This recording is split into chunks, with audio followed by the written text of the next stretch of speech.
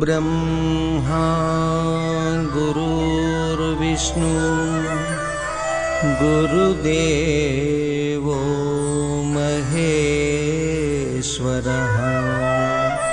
गुरु साक्षात् परब्रह्मा तस्मै श्री गुरवे नमः। ध्यानमूलं गुरुर्मूर्ति पूजामूलं गुरुर्पदम् मन्त्रमूलं गुरुर्वाक्यम् मोक्षमूलं गुरुकृपा।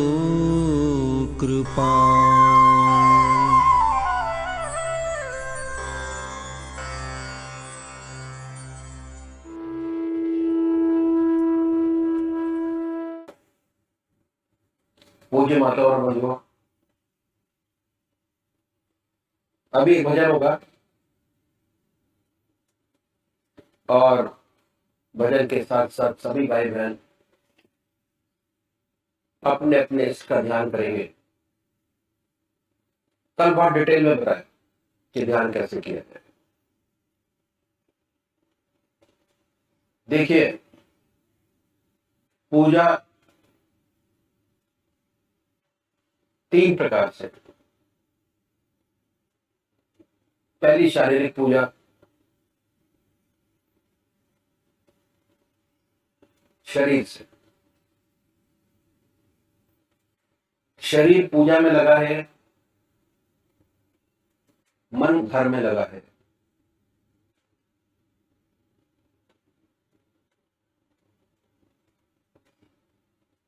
उसमें जो चीजें आती हैं,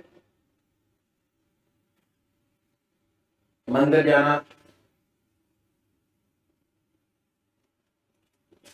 जल चढ़ाना, आरती गाना,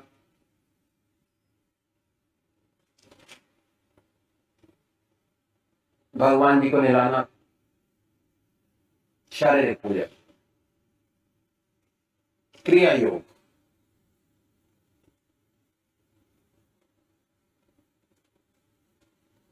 मन आपका जब तक आप क्रिया योग में लगे हैं, आपका मन आपके इसके चरणों में लगा है। क्रिया योग। और जैसे ही आपने वो क्रिया खत्म की, फौरन मन संसारिक कामों में लग गया, बल्कि क्रिया योग करते करते भी मन आपके इसके चरणों में पूरा नहीं लगता। दूसरी पूजा, ध्यान, मन से। इसमें दोनों चीजें शामिल होती हैं, मन भी शामिल है और शरीर भी शामिल है। इसकी जो कैटेगरी है उसमें आते हैं ध्यान योग, सहज योग, आनंद योग, हठ योग। मन से। मन आपके इसके चरणों में ऐसा लग के रह जाए, उस समय ना कोई बात आपके जहन में आए, ना दिमाग में आए।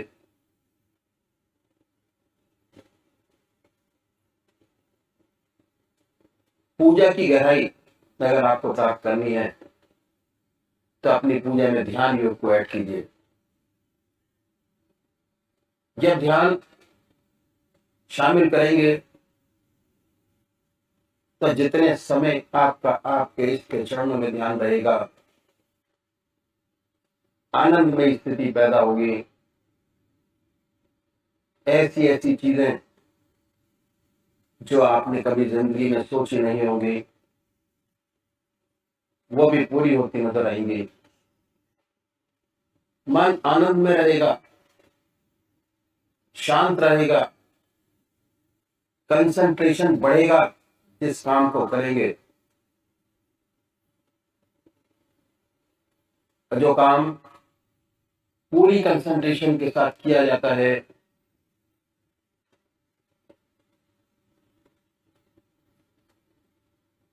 उसकी ऊंचाइयां जो भाई करते हैं उन्हीं को मालूम है कि जो प्रॉब्लम आज तक सॉल्व नहीं हुई, ध्यान करने के बाद बड़े आराम से हल निकलता है और सांसारिक जीवन बड़ा सुखी और आनंदित होता चला जाता है।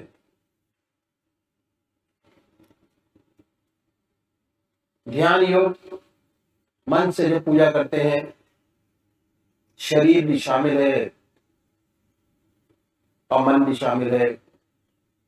जैसे जैसे मन ध्यान योग के अंदर जिस सिस्टम से बताया गया उस तरीके से किया जाए,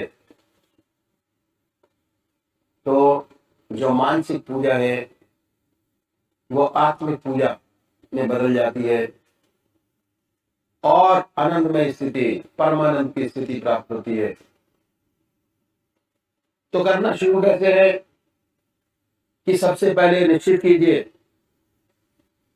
कि परमात्मा की कौन सी मूर्त, कौन सी सूरत, कौन सी शक्ल, कौन सी मूर्ति आपको सबसे ज्यादा प्यारी लगती है। एक इसको चुनिए, इस एक नाम एक। उसके बाद ये महसूस कीजिए कि हमारा इस शरीर हमारे सामने विद्यमान है।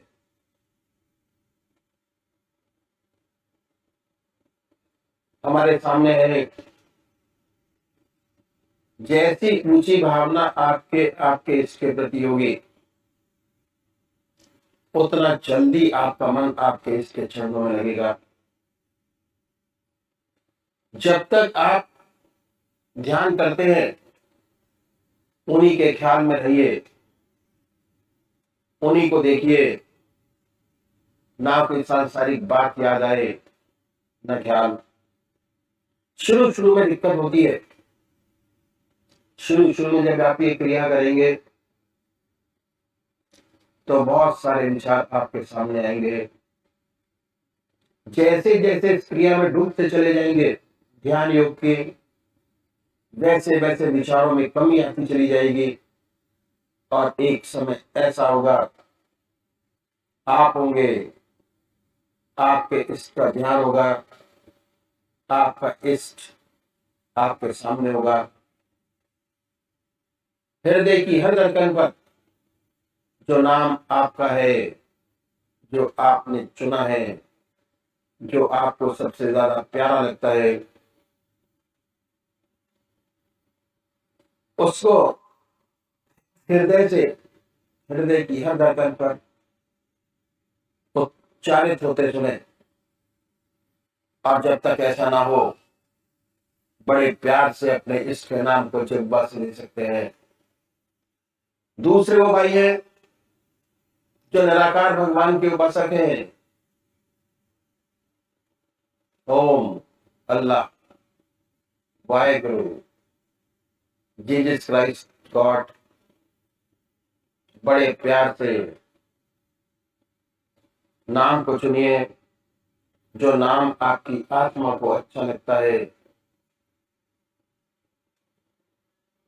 चुने। दिल की हर धड़कन पर उस नाम को उच्चारित होते सुने और ये महसूस करें कि जब हमारे दिल की धड़कन धड़कता है, दिल की धड़कन से नाम निकल रहा है और पूरे शरीर में वाइब्रेट करता है, उसकी वाइब्रेशन को महसूस करें और परमानंद की स्थिति को प्राप्त करें। तो अभी ये भजन होगा और भजन के साथ साथ सभी भाई बहन अपने अपने इसका ध्यान करेंगे।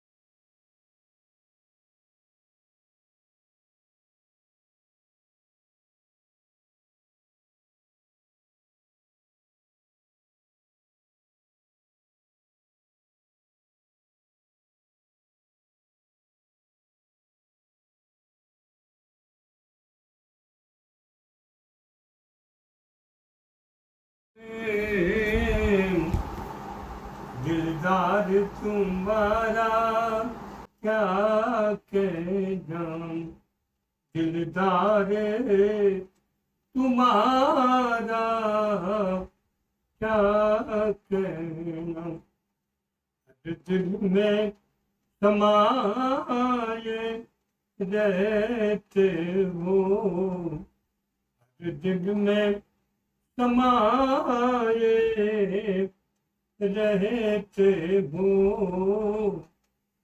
सरकार तुम्हारा क्या कहना, गर्दिश में जमाने को खोकर कई बार तुम्हें हम भूल गए, गर्दिश में जमाने को खोकर कई बार तुम्हें हम भूल गए, अगर तुमने भुलाया ना हमको, अगर तुमने भुलाया ना हमको, ये प्यार तुम्हारा क्या के, कई बार तुम्हें हम भूल गए, गर्दिश में जमाने को खोकर तुमने भुलाया ना हमको, ये प्यार तुम्हारा क्या कहिए, ये प्यार तुम्हारा क्या कहना, इस दुनिया के बाजार में हम ठोकर पे ठोकर आते रहे, इस दुनिया के बाजार में हम ठोकर पे ठोकर आते रहे, जो सहारा देता रहा, जो सहारे देता रहा, ये प्यार तुम्हारा क्या कहना, तुम जो सहारे देता रहा, ये प्यार तुम्हारा क्या कहना, इस दुनिया के बाजार में हम ठोकर पे ठोकर खाते रहे, जो तू सहारा देता रहा, ये प्यार तुम्हारा क्या कहिए, चेहरे पे बरसते नूर को मैं लफ्जों में बयां कुछ कर न सकूं, चेहरे पे बरसते नूर को मैं लफ्जों में बयां कुछ कर न सकूं, रहम की क्या तारीफ करूं, तेरे रहम की क्या तारीफ करूं, दीदार तुम्हारा क्या कहिए तेरे रहम की क्या तारीफ करूं, दीदार तुम्हारा क्या कहिए।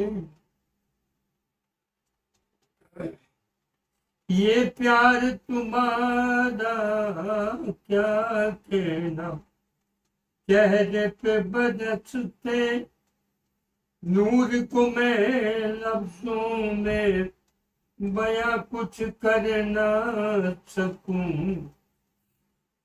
लफ्जों में बयां कुछ कर ना सकूं। तेरे रहम की क्या तारीफ करूं, तेरे रहम की क्या तारीफ करूं, दीदार तुम्हारा क्या कहिए, दीदार तुम्हारा क्या कहिए। हर दिल में समाए रहते हो, हर दिल में समाये रहते हो, सरकार तुम्हारा क्या कहिए, सरकार तुम्हारा क्या कहिए।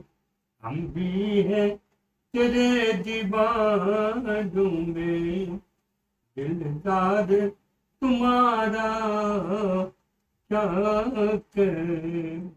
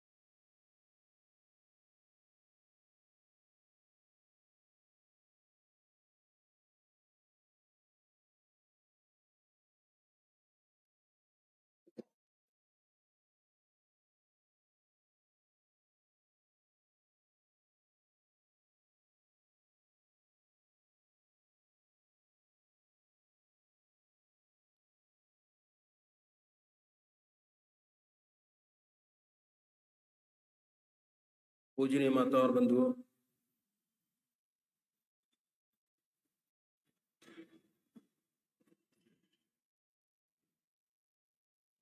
कल मैंने आपके सामने पूजा क्यों और कैसे करें उसके विषय में बताया। अब पूजा करने की विधि आपके सामने रखी।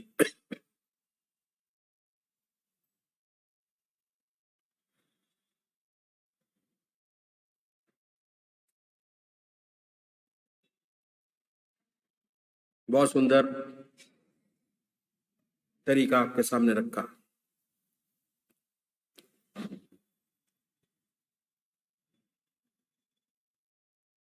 पहली बात इन संतों ने बताई कि परमात्मा ने बड़ी असीम दया कृपा कर हमको मनुष्य योनि प्रदान की है, और ये उसकी सबसे बड़ी देन है जो हमारे पास है। मनुष्य योनि एक ऐसी योनि है जिसमें परमात्मा ने विवेक बुद्धि दी है, कर्म करने की स्वाधीनता दी है। बाकी 84 लाख योनियां भोग योनियां हैं। बड़ी दया कृपा कर हमें ईश्वर ने यह मौका दिया और समय दिया। हमें इसका पूरा पूरा लाभ उठाना चाहिए। कहा है, बड़े भाग्य मानुष तन पावा, सुर दुर्लभ संतन गावा, साधन धाम मोक्ष कर द्वारा, पाए न जहीं पर लोक सवारा। बड़े भाग से मिली है, देवता भी तरसते हैं, क्योंकि मनुष्य योनि साधन का क्षेत्र है और मोक्ष का दरवाजा है। जितने संत हुए, जितने पंथ हुए, सबने इस मनुष्य योनि की भूरी भूरी प्रशंसा की है। कहा है कबीरा, हर की भक्ति कर, तज विश्वास रस चौच, बार बार नहीं पाइए मानस जन्म की मौज।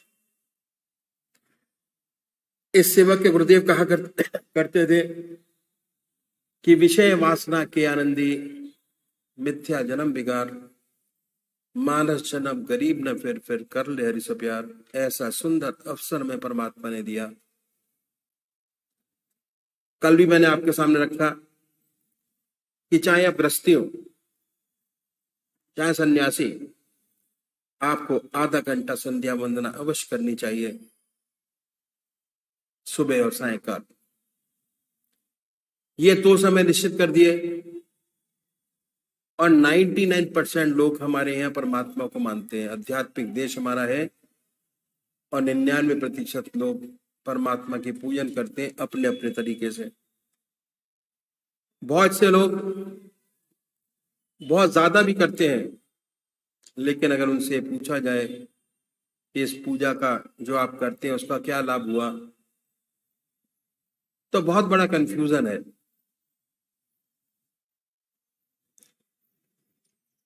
बस सिर्फ यही बात सामने आती है कि हम करते हैं, हमारे दादाजी करते थे, हमारे पिताजी करते थे, हम करते हैं, हमारे बच्चे करते हैं। बेसिक लाभ क्या है अगर ये पूछा जाए तो बहुत कम लोग ऐसे हैं जो बता पाएंगे। तो हमारे रास्ते के जो संत महात्मा हुए सब रिसर्चर थे। हमारे महाराज जी रिसर्च में थे, पीएनटी डिपार्टमेंट के रिसर्च डिपार्टमेंट में थे, टीईसी में, टेलीफोन रिसर्च इंस्टीट्यूट। और बहुत सुंदर अपने ऊपर जो अनुभव किए उसके विषय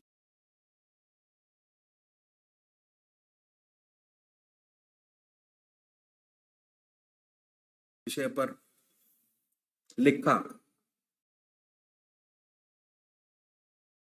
और रास्ता कोई निकाला, लिख के दे दिया कि ऐसा करेंगे तो ऐसा होगा, ऐसा करेंगे तो ऐसा होगा।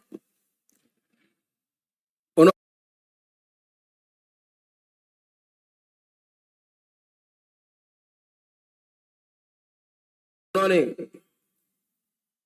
ऐसी बात बताई सामने रखी है जो हर कोई जिसे अपना सकता है। बाहर ध्यान बनाए, अपने इष्ट की मूर्त सामने बनाइए, और जब सामने स्पष्ट हो जाए उसको अपने हृदय में उतारिए, बैठाइए बड़े प्यार से, इतने प्यार से बैठाएं कि ना कोई दूसरा विचार रह जाए, ना ख्याल। हमारी आत्मा हमारे मन को देखती रहती है, बताती रहती है कि हम क्या कर रहे हैं, क्या सोच रहे हैं, मन के अंदर क्या चल रहा है।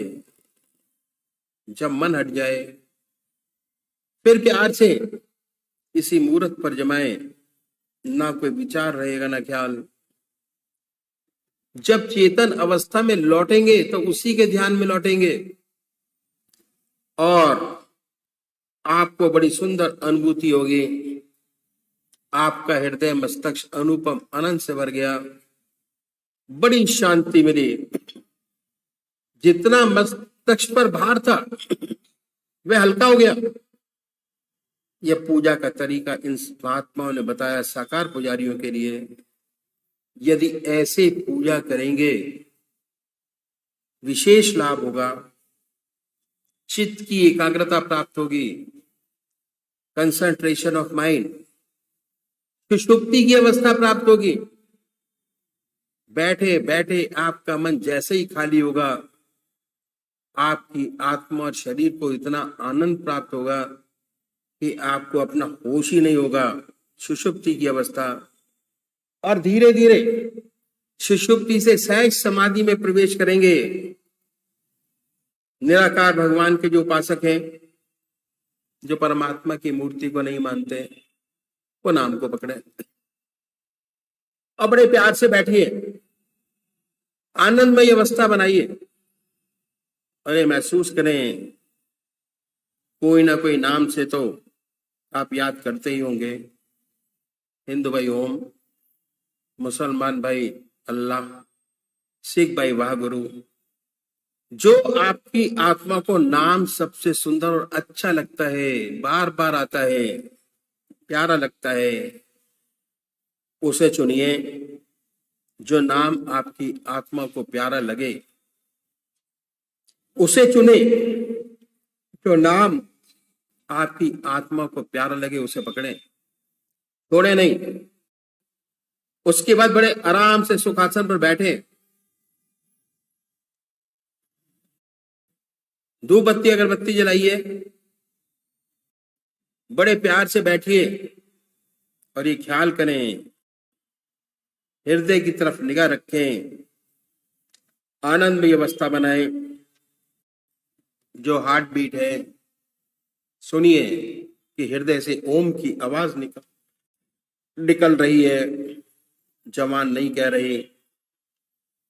शुरू में दिक्कत होती है, तब आप मानसिक जाप कर सकते हैं, ओम, बड़े प्यार से ओम ओम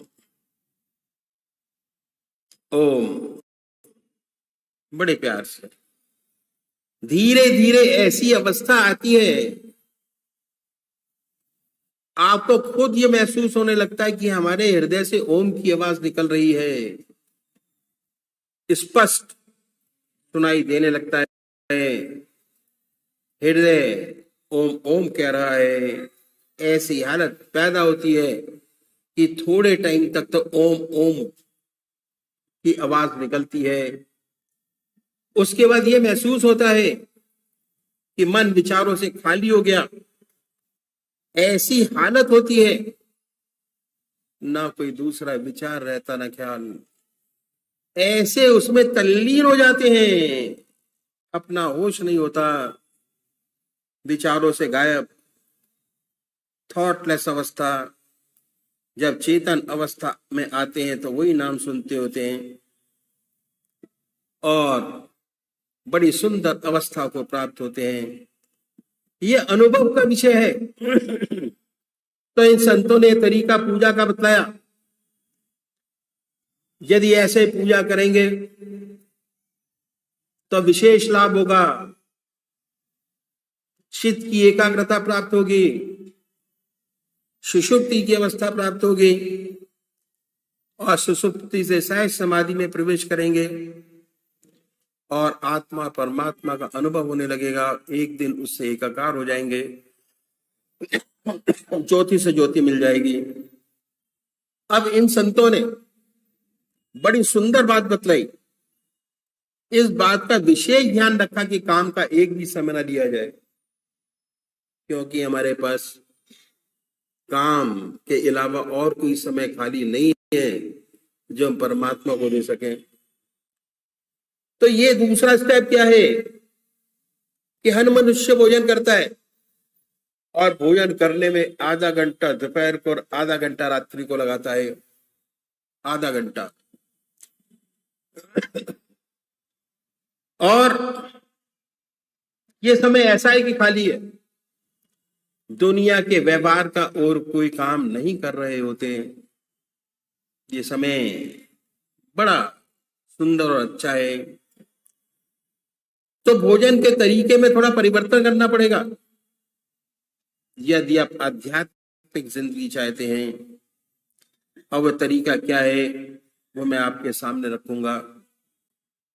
पर सबसे बड़ी बात क्या कि वेस्टर्न कल्चर की हमारे ऊपर छाप पड़ी और हमारा स्टैंडर्ड 2.5 फुट ऊंचा हो गया। पहले जमीन पर बैठकर भोजन करते थे, अब मेज कुर्सी पर बैठकर भोजन करते हैं। इसमें कोई हर्ज नहीं, कोई नुकसान नहीं।